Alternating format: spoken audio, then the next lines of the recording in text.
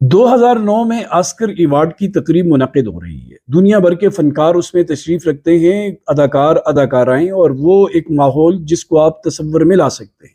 جو آپ نے میڈیا پر بھی دیکھا ہے۔ ایک نوجوان کو آسکر ایوارڈ کے لیے نامزد کیا جاتا ہے،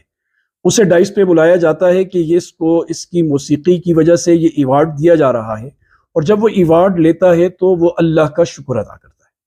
یہ اس آسکر ایوارڈ میں پہلی دفعہ ہوا ہوتا ہے کہ کوئی آدمی وہ آ کر سب سے پہلے اللہ کا شکر ادا کرے، اور پھر وہ کہتا ہے کہ مجھے چانس ملا تھا نفرت اور محبت میں سے کسی ایک کو چوز کرنے کا، میں نے محبت کو نفرت پر ترجیح دی، مطلب اسلام کو ہندو مذہب کے اوپر میں نے ترجیح دی اور میں مسلمان ہوا۔ میں بات کر رہا ہوں اس موسیقار کی کہ جس کی موسیقی انڈیا میں نہیں، انڈیا سے باہر بھی دنیا میں سنی جاتی ہے، جس نے پوری دنیا میں موسیقی کی دنیا میں اپنے نام کا ڈنکا بجا رکھا ہے۔ وہ نوجوان جو 9 سال کی عمر میں تھا کہ جب اس کے والد کا انتقال ہوا، اور غربت نے اس کے گھر میں ایسے ڈیرے ڈال رکھے تھے کہ کھانے پینے کی چیزیں کم پڑ گئی تھی، محنت مزدوری ماں اور یہ سب مل کر کرتے، اور کرتے کرتے اس کی زندگی میں ایسا موقع آتا ہے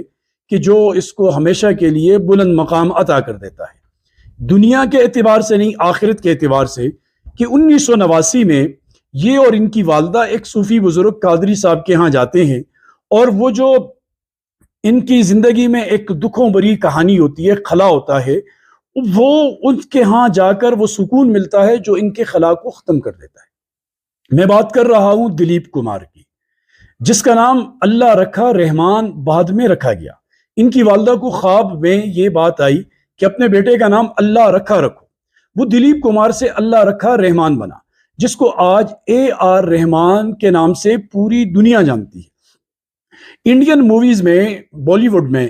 اور یا جنوبی انڈیا کی ساؤتھ انڈین موویز میں اس کا بہت بڑا نام ہے، اس کی موسیقی کا اور اس کی دھنوں کا، سروں کا۔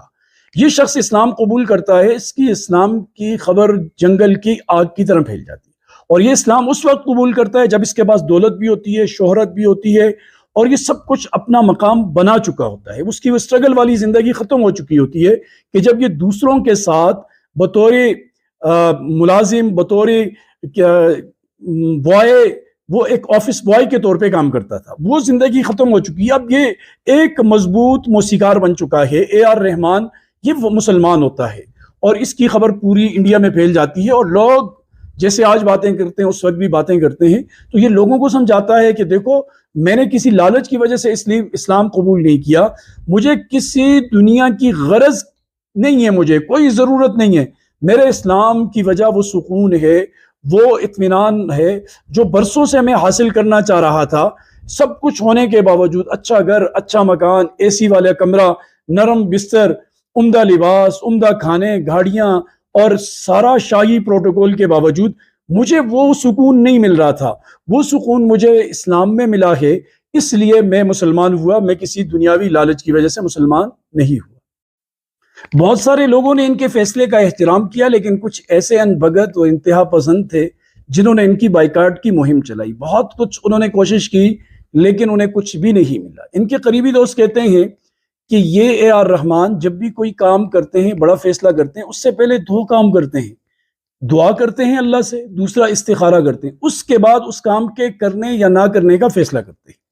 تو یہ، اور وہ اپنی محفلوں میں یہ کہتے ہیں کہ تم بھی ذرا آ کر تو دیکھو کتنا سکون ملتا ہے، کتنا چین ملتا ہے اسلام میں۔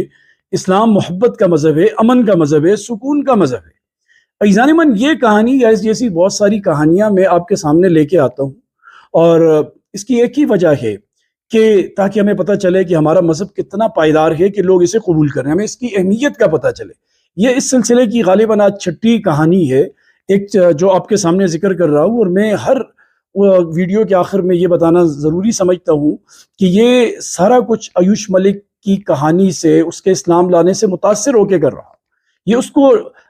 اس کی انتساب ایوش ملک کی طرف ہے، ان کو ڈیڈیکیٹ کرنے کے لیے یہ کر رہا ہوں کہ اسے بھی ہمت ملے اور دوسروں کو بھی ہمت ملے۔ ان کی وجہ سے جو لوگ اسلام کا مطالعہ کر رہے ہیں، اسلام کو پڑھ رہے ہیں، اسلام کے قریب آ رہے ہیں، تو وہ اور قریب آئیں۔ آپ بھی محنت کریں، اپنے اخلاق کو، کردار کو،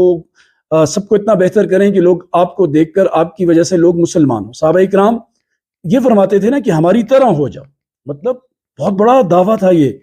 یعنی ان کی زندگی میں کوئی فالٹ نہیں تھا، کوئی کمی نہیں تھی، اور لوگ جب ان کی طرح ہو جاتے تھے وہ واقعی بے مثال بن جاتے تھے۔ آپ بھی اپنے اندر یہ صفات پیدا کریں۔ اللہ پاک میرا آپ کا حامی و ناصر ہو۔ والسلام۔